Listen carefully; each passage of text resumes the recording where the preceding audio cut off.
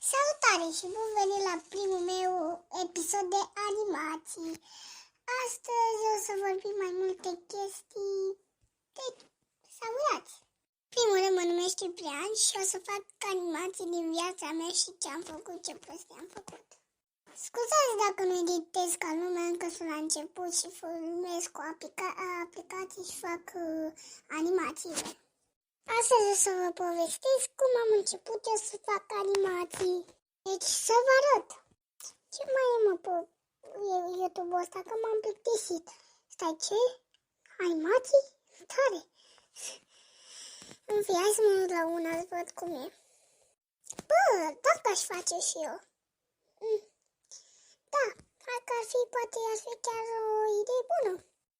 Da, gândește-te că poate aș strânge vizionări și lumea se urtăie la mine, dar nu sunt sigur.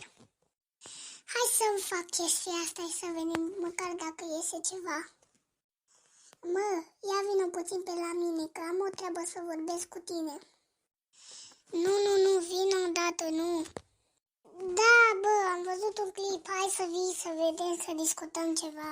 Hop, hai să mă uit. Pare interesant. Ce amuzant.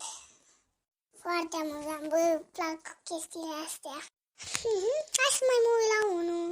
Deși asta a fost prima etapă, acum urmează a doua, care e mult mai scurtă decât prima. Deci hai să spun ce vreau eu să zic acum, bine? Da, bine, zic ce este. Unde s-a dus ăsta? Unde te-ai dus, mă? Nu contează, uite la telefon să vezi. Ce părere ai dacă m-aș apuca și eu de animații?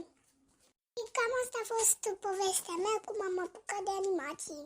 Dacă mai vreți să vă spun chestii despre ce am făcut eu, dați like, subscribe și în comentarii să spuneți dacă vreți sau nu mai vreți.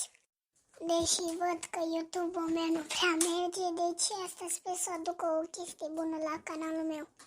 Deci, noi ne-am auzit, dați like, subscribe, comentarii și dați și să dați la prietenii voștri. Ne auzim, pa!